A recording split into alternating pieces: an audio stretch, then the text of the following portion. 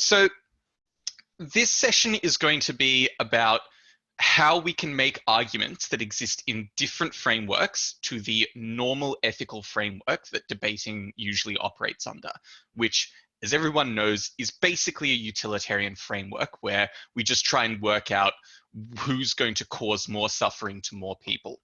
This session is going to say a little bit about how we define utilitarianism, but it's not going to go into much detail about that, but is instead going to talk about some of the ways in which you can use other forms of ethical frameworks to assist you in debating, either to make you better able to understand why it is that we might be having a particular discussion, understand why it is that we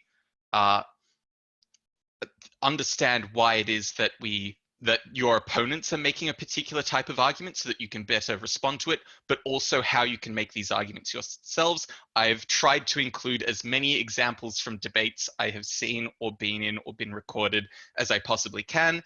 At the end of the session, we can hopefully look at a video of Chris Bissett getting a speaker score of 88 at Worlds, doing a non-utilitarian ethical framework. It's a really cool speech and it should be fun to look at.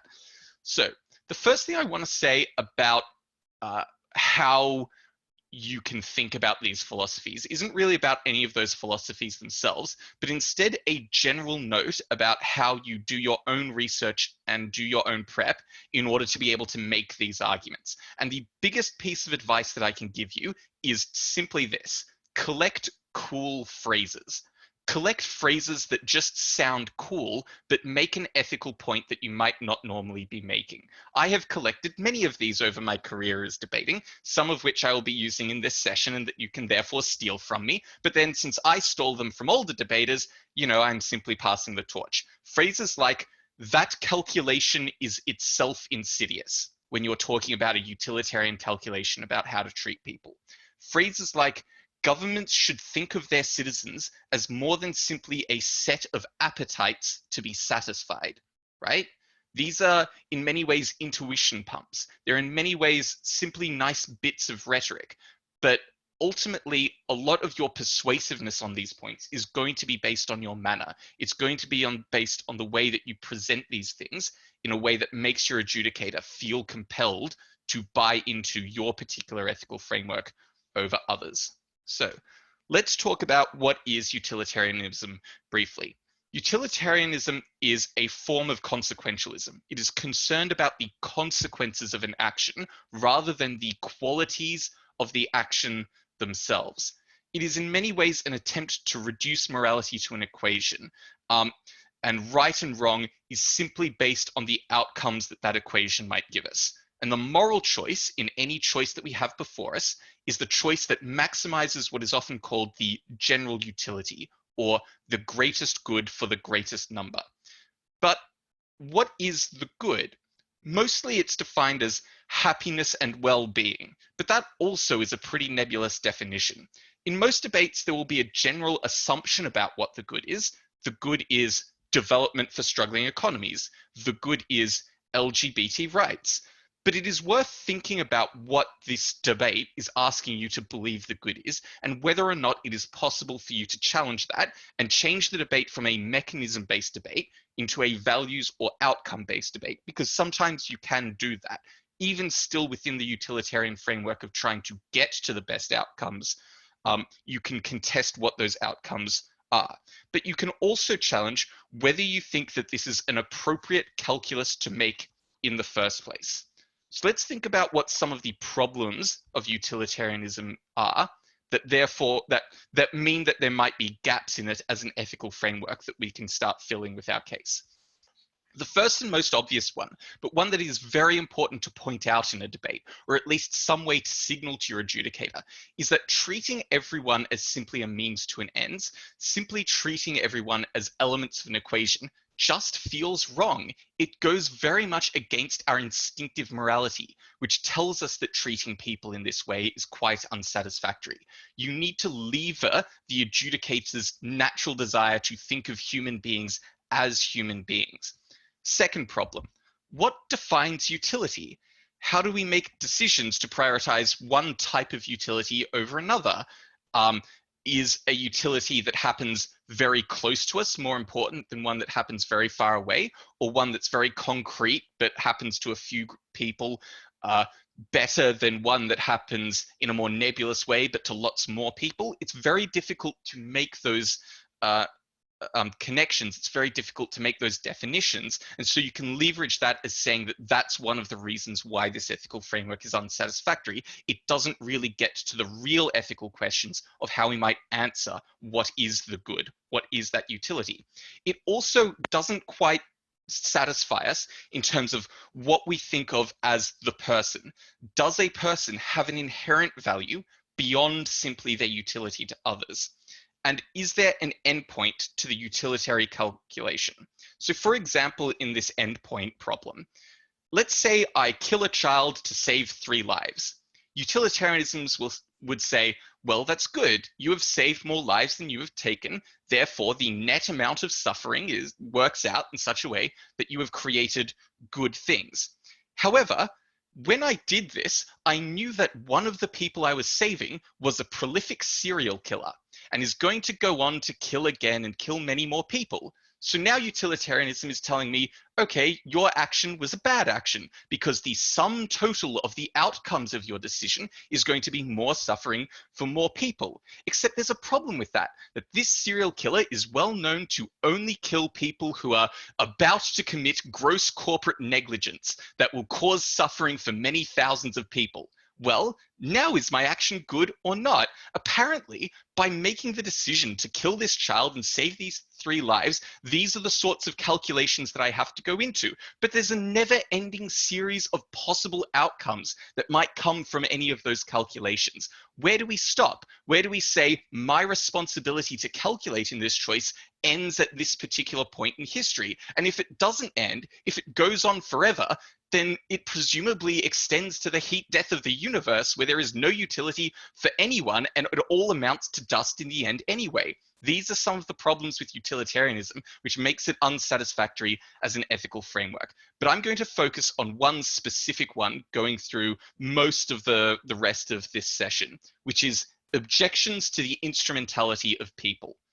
So there are a couple of components to this as an argument when you're going to make it in the context of debating.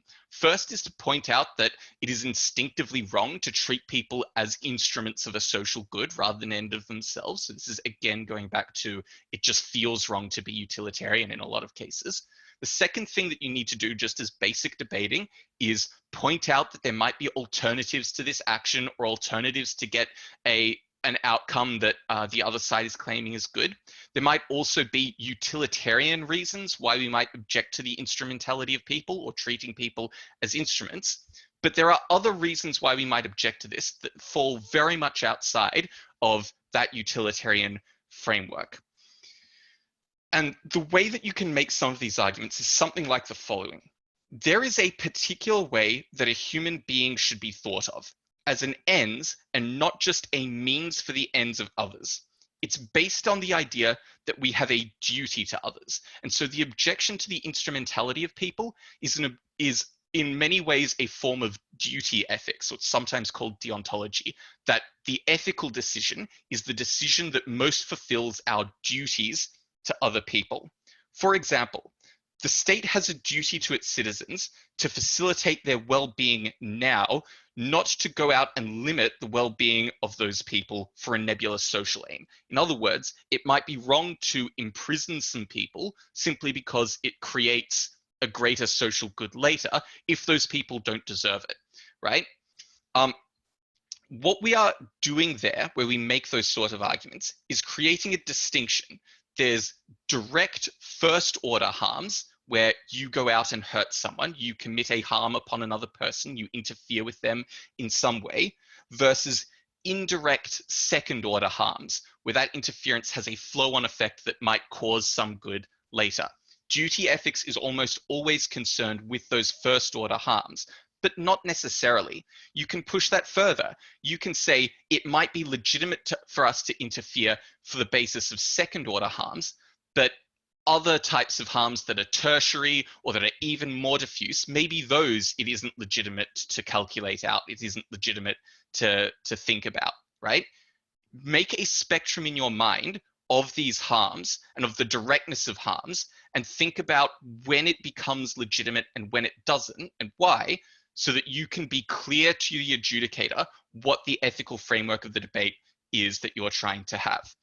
How am I doing on these slides? Do I keep going? Yeah, so look, isn't this a great format? I've turned these into now the things that you put into your argument. Anyway, so you have therefore additional burdens when it comes to interfering in these sorts of first order harms. So for example, we might oppose providing a first order harm on someone for something that they themselves cannot directly control, right? It might be immoral to make someone suffer as a consequence of something outside of their control. So in that way, because that actor has a particular quality, which is that they did not control what made them have the position of being able to be killed in order to save those 3 lives, therefore it is immoral to impose upon them a certain series of consequences and make them pay the cost of those consequences. And the classic example of this is, let's say you're a doctor in a hospital and you have 4 dying patients. A healthy person comes into that hospital. You could kill that healthy person and harvest their organs and save those 4 dying patients. Now, in a utilitarian framework, that would be fine. That would be increasing the general utility. That would be the greatest good for the greatest number, because 4 people walk out of that hospital instead of just the 1. But we instinctively understand that it would be immoral for a doctor to do this. Why would it be immoral for that doctor to do this? Well, maybe it's because there's a duty of care by that doctor to first and foremost do no harm. This is the essential way that the duty of doctor is formulated in our society. It's to their patients to not interfere in such a way as to cause more suffering, even if there might be a legitimate reason for them to, or a legitimate way in which that suffering might benefit other people. There might also be utilitarian outcomes, right? Trust in the medical system, the dedication of doctors to that system might be interfered with if we were to change this duty of doctors. But the purpose of doctors is another way that we might think of this that doesn't fall inside that utilitarian framework. The purpose of a doctor is not to make a decision about who deserves to die or why they deserve to die. It's to act as an agent of the state whose purpose is not to select citizens for the sacrifice of others. And because that's not their purpose, they shouldn't be able to do this and they shouldn't have the right to do this. So we ask, what duties does this actor have? What relationships do they have that might impose upon them certain duties?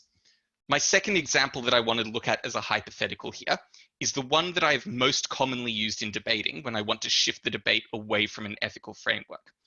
Some version of it, I use some version of this depending on where I am on the spectrum of how much of a particular ethical burden I want to impose in the debate.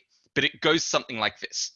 A statistician proves mathematically that the killing of an entire ethnic group would benefit the general utility in the long run, because their suffering may be outweighed by the harmony, identity, or prosperity of a monoethnic society. We all understand that it would still be immoral to do that. We all understand that utilitarianism has failed to answer that question, because it is immoral to ask one group of people to bear the burden of that prosperity. It is immoral to punish this group of people for something that they have no control over, but it's immoral for another reason. A genocide is a particularly evil type of harm. It is a particular type of harm that is particularly immoral to engage with. So this is how I often move debates away from that utilitarian framework, particularly when we're talking about things like immigration policy or things like racial profiling and policing, where essentially one group of people is being asked to bear the ethical sins of a society because it will make everyone better off in the long run. That's how I usually move it along. So the next thing I want to talk about, I've spoken a little bit about directness of harms or proximity of harms, but I want us to think about harms in another way, which is human rights theory and theories about crimes against humanity. Let's talk about human rights first.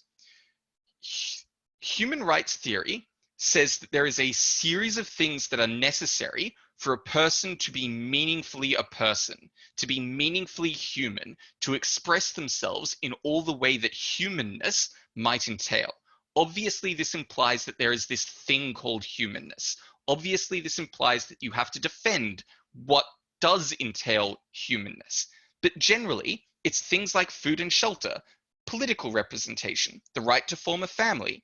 It can also be slightly more nebulous things, the right to be considered equal under law, the right to be treated with dignity, that someone is not considered fully human and fully capable of realizing all of the things that humanness entails if we have robbed them of that dignity.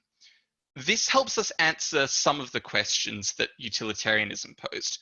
The good that utilitarians want, the duty that we have to others, is often found here in our understanding of human rights. Our duty is not to take one of those things.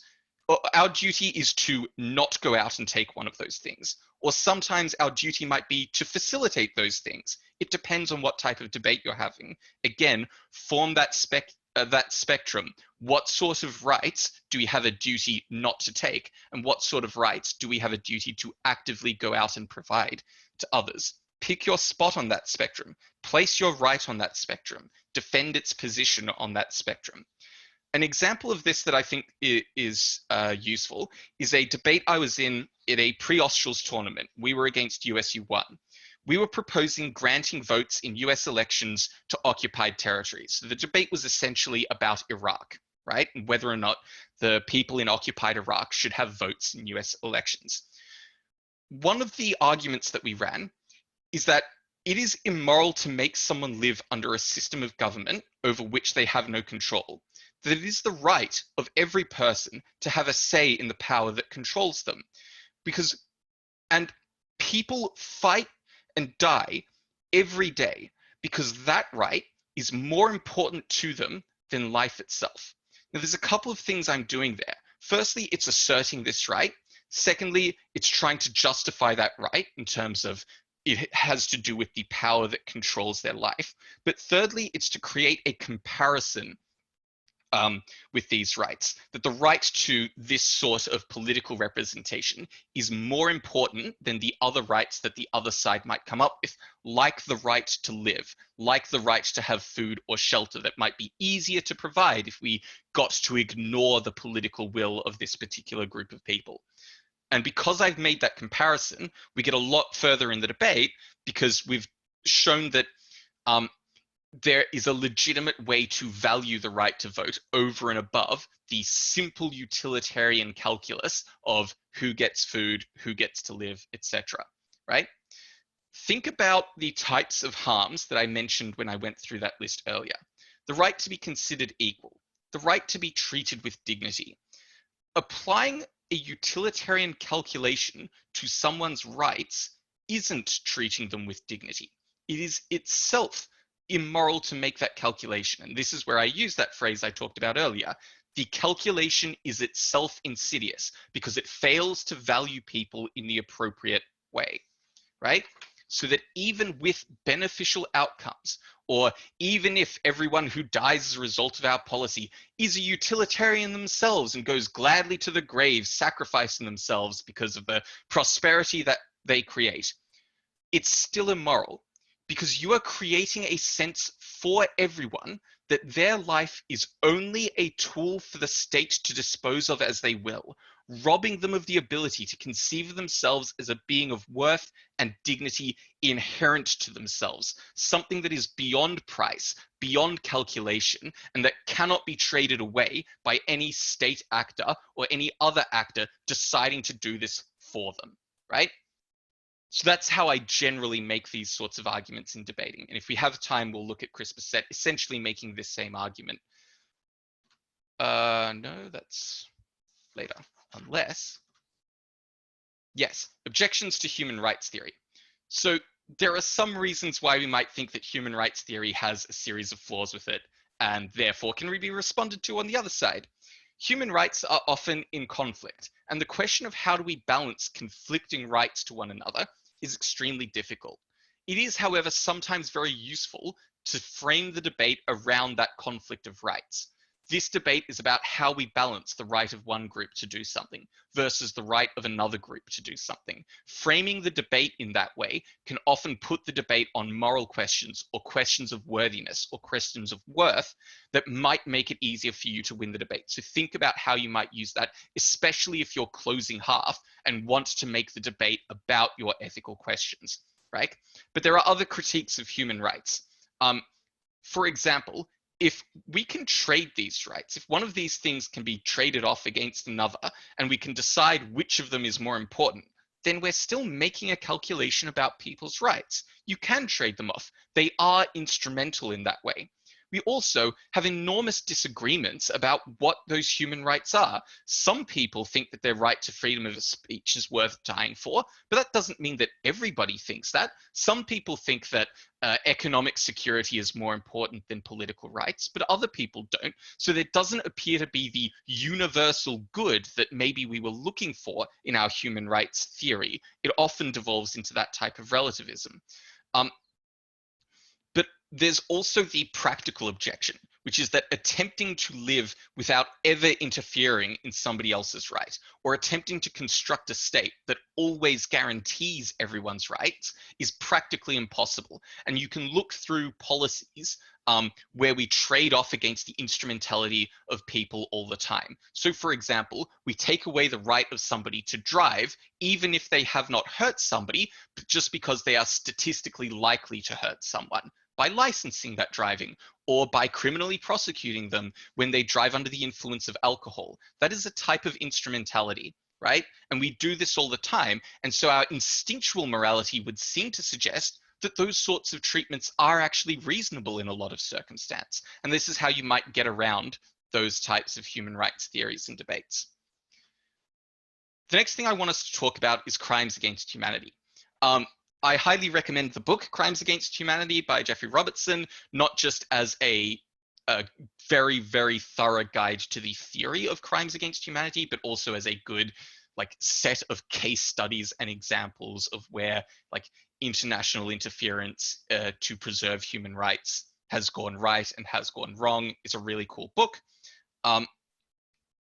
These types of actions that we call crimes against humanity are not just violations of human rights. They're a special type of violation of human rights.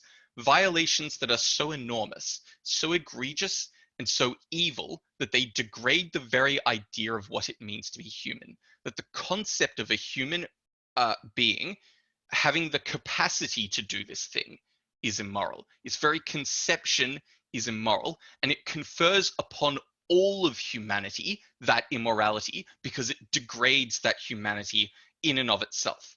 This implies a duty on all of humanity to act to either prevent or punish these type of actions. And that is the wording of the Genocide Convention to the United Nations, that it is the duty of all nations to act to either prevent or punish genocide because it is so egregious and because every nation and every human being is in some way harmed. And so you can't pretend that it is something happening off over there and that you're not involved in it. Because nobody's being and dignity and worth are isolated from the stain of that type of crime. This allows us to do an interesting thing. It is very often difficult in debates to argue why certain types of cultural genocide are crimes, not just against the people whose culture is being erased, but against the human project itself. Because sometimes we can construct a series of advertisements or a series of government policies whereby the people whose culture is being erased are always consenting to each individual stage of that erasure. But is it still immoral to do that? No one person is the victim. No one person has a clear moment of harm. But we can say that it is still a crime because it is a crime against that human project, because the human project is something that is more valuable when it has many ways to know, to be, and to live. And that is the thing that we want out of the entirety of the human race, and policies that attempt to rob the human race of that are in themselves immoral. And the most famous statement about why it is that everyone is connected to these types of crimes comes from John Donne, which I'm going to read to you in full because I'm a nerd like this. No man is an island entire to itself. Every man is a piece of the continent, a part of the main. If a clod of earth be washed away by the sea, Europe is the lesser, as well as if a promontory were, as well as if a manor of thy friend or thine own were. Any man's death diminishes me because I am involved in mankind, and therefore never send to know for whom the bell tolls, it tolls for thee.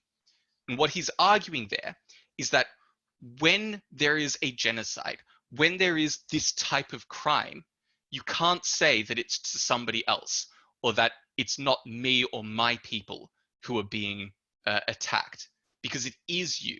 It is your people, because all of humankind is your people. So that's crimes against humanity. There are, again, the same objections that come with crimes against humanity as that came with human rights. There are practical objections and like all of the practical reasons why certain types of interference to prevent these crimes has a history of being extremely bad for the people that we're trying to save. However, if you are trying to justify those interventions, at some point you are going to have to make these sorts of arguments, and they're very common to make in terms of arguments about invasion, why it is that we have this moral duty and the moral impetus to make this type of intervention. The next thing I want to talk about in this session is virtue ethics. And we're moving slightly away from the duty-based ethics that we were talking about earlier. Virtue ethics are quite distinct from that. In virtue ethics, ethical decisions are based on what it means for us to live the virtuous life. Importantly, virtue ethics are the real practical way that almost everyone on earth lives their life.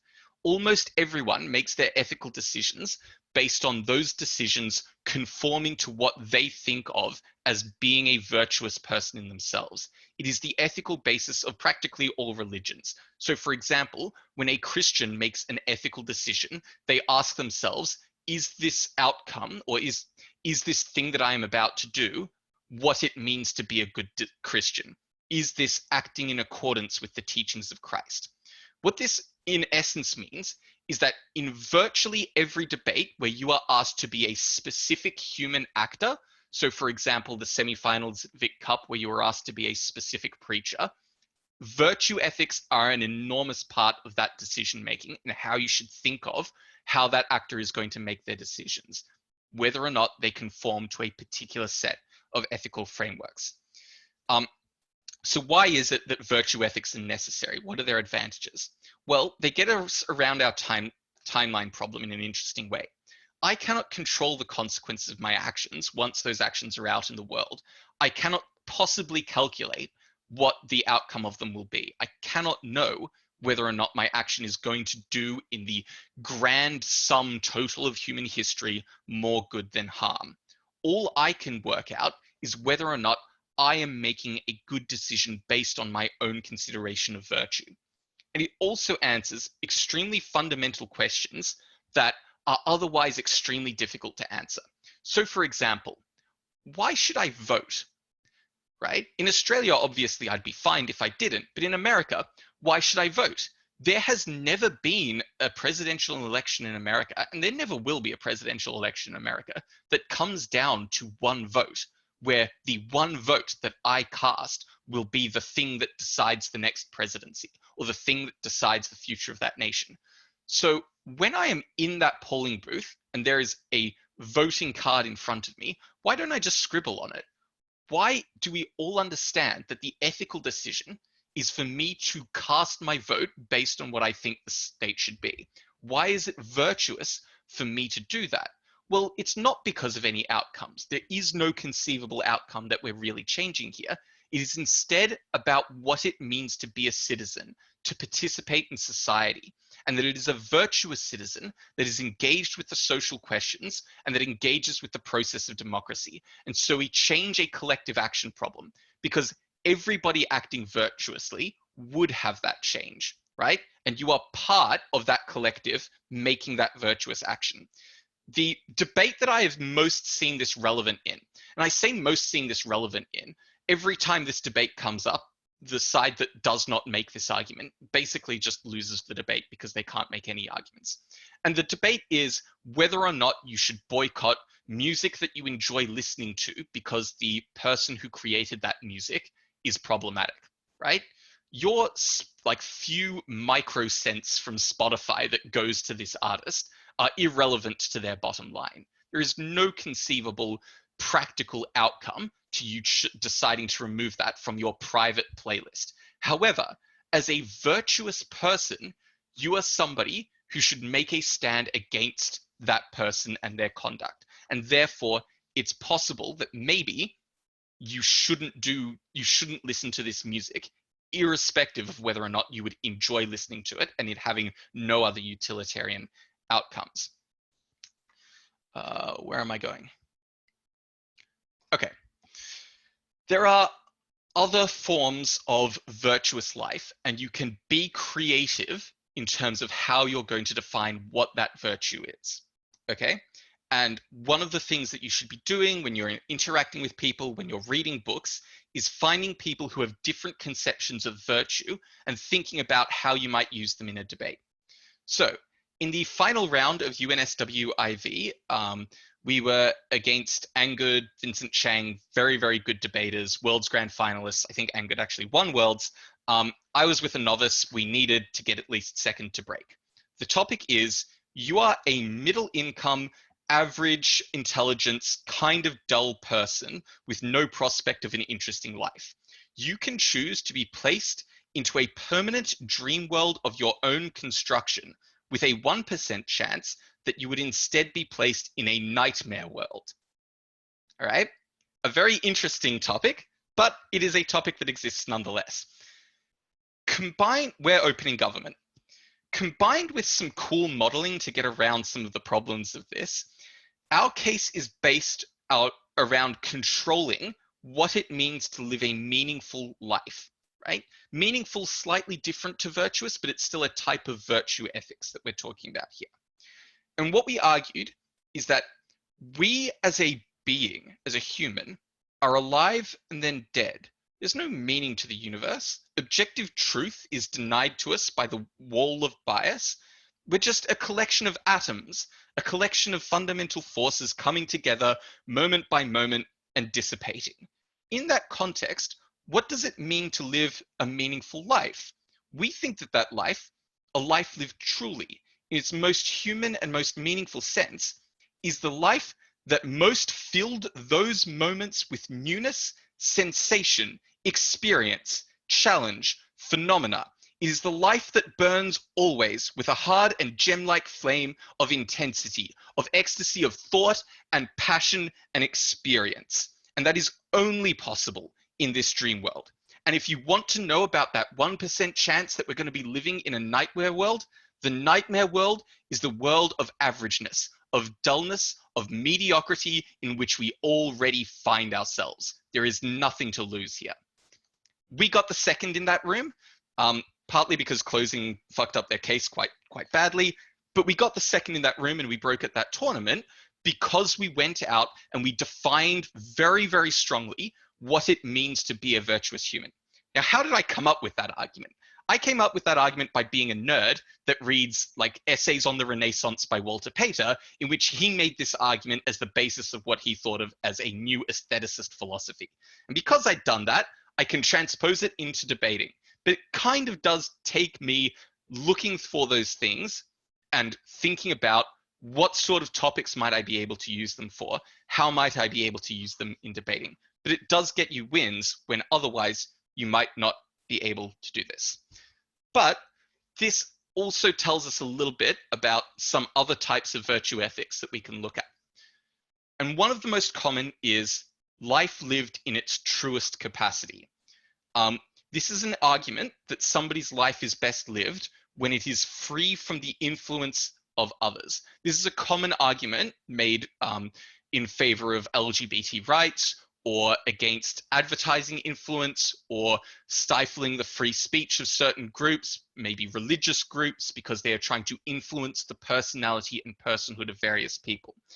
This is an argument that says that there is an essential core you, and living against this core you, or forcing someone else to live against this you, that's immoral because it denies them their humanity. It denies them the capacity to discover that you-ness for themselves, and that's what it means to live the virtuous life, as well as creating cognitive bias, and that's where you get into the utilitarian arm of these things. So this argument is relevant, I also think, for debates about social media and how news construct us, and something that I anticipate being extremely common as debate topics over the next few years. We saw a couple of them happen at Australs. All of these arguments ask us to create a spectrum of what influences are valid to exist on a person being and what influences are not valid. Is the influence of your parent teaching you not to put your hand in the fire a valid influence? Well, it probably is, right? But is the influence of your parents sending you to gay conversion therapy a legitimate influence from that parent? Probably not. But construct that spectrum, and wherever you are on that spectrum, make arguments for why that influence is good, because taking your hand out of that fire enables you to best discover all the other elements of your personality for yourself, whereas going to gay conversion therapy would obviously be denying you that capacity, right? And so that might be a reason why we would ban those things.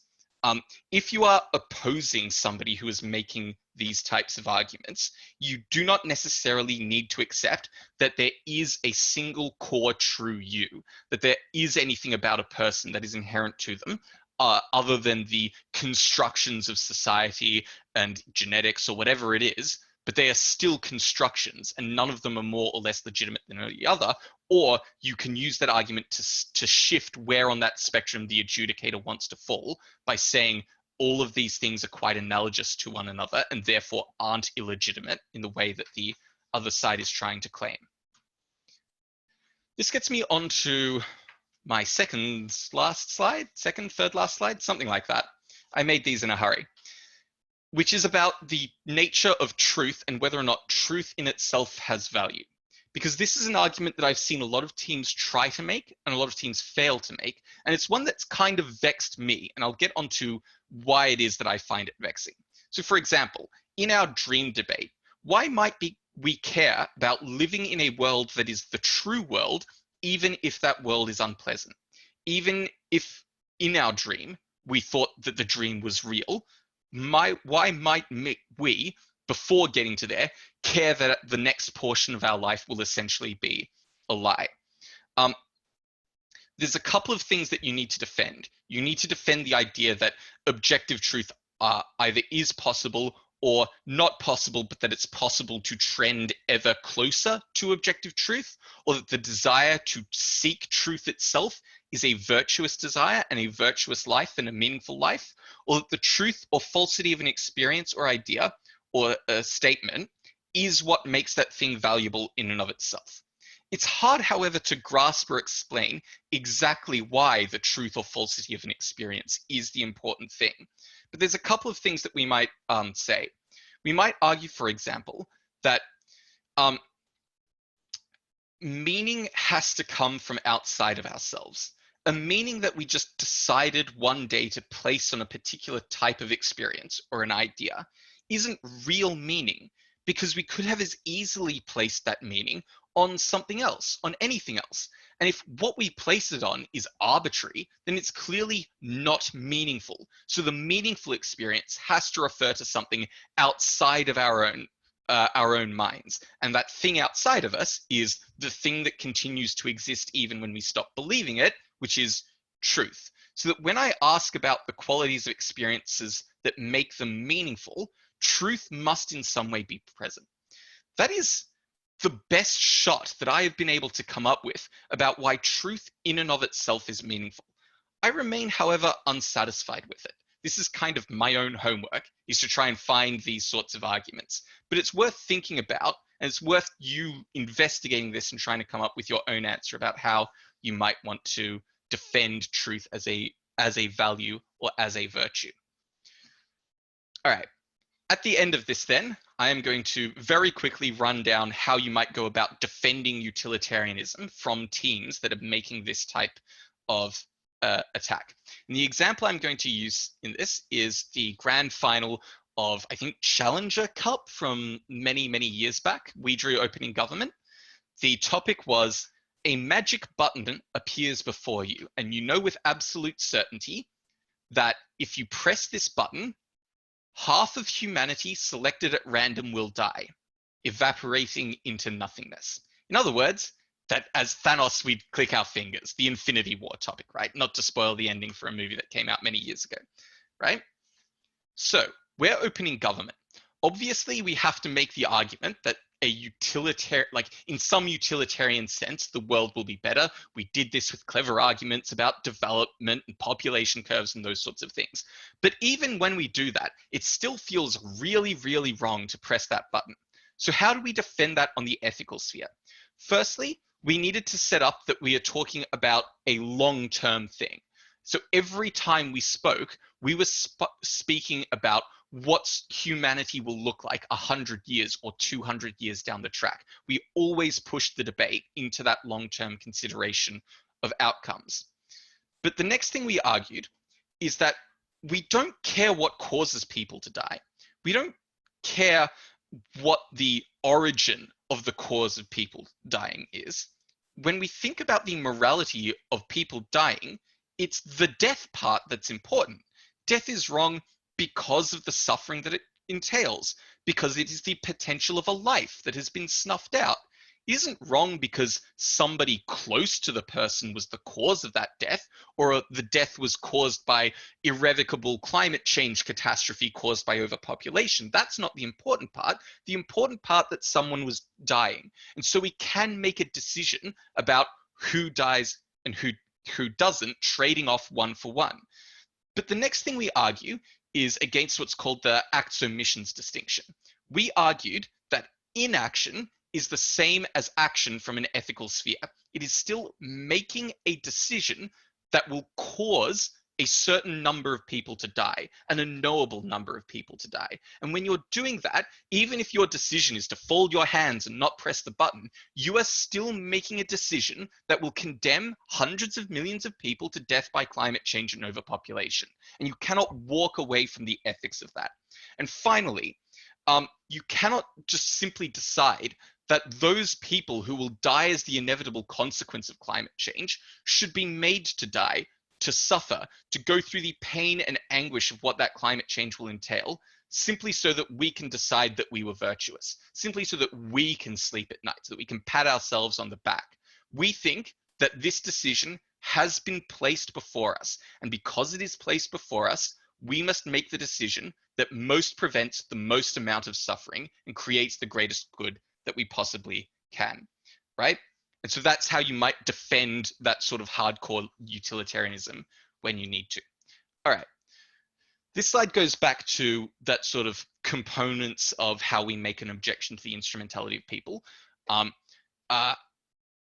It's useful to have that down so that when we go through the video we're going to go through in a second, you can look at how Chris Bissett makes each of these points in turn. But before I do that, does anybody have any questions about the material? I know it's quite a lot to take in.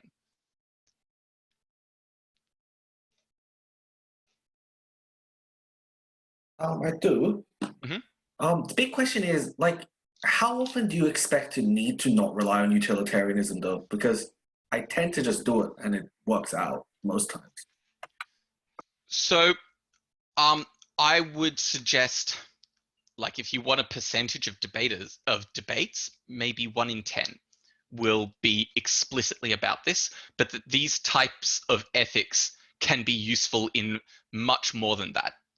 Like maybe even half of all debates have the possibility of you changing the debate by using some of these arguments, especially if you're in closing half and all of the practical material has been taken by the opening halves. This can be a new way to bring something very novel to the debate room, right?